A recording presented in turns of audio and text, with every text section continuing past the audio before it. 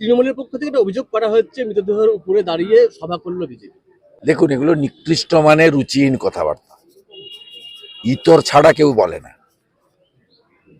তৃণমূল নর্দমার কীটকেও আঁকড়ে ধরে রাজনীতি করতে চায়, আমাদের এটা প্রয়োজন হয় না।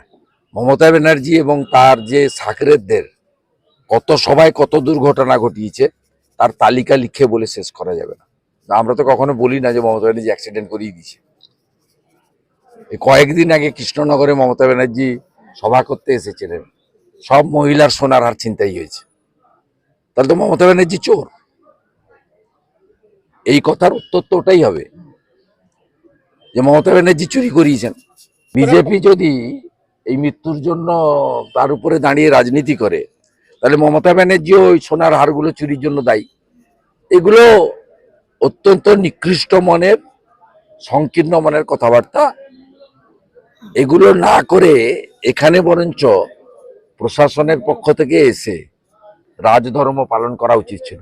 সরকার ওদের, পৌরসভা ওদের, পুলিশ প্রশাসন ওদের, তাদের বরঞ্চ এগিয়ে এসে উচিত ছিল এই সময়কালে রাজনীতির ঊর্ধ্বে উঠে একসঙ্গে সকলের পাশে দাঁড়ানো।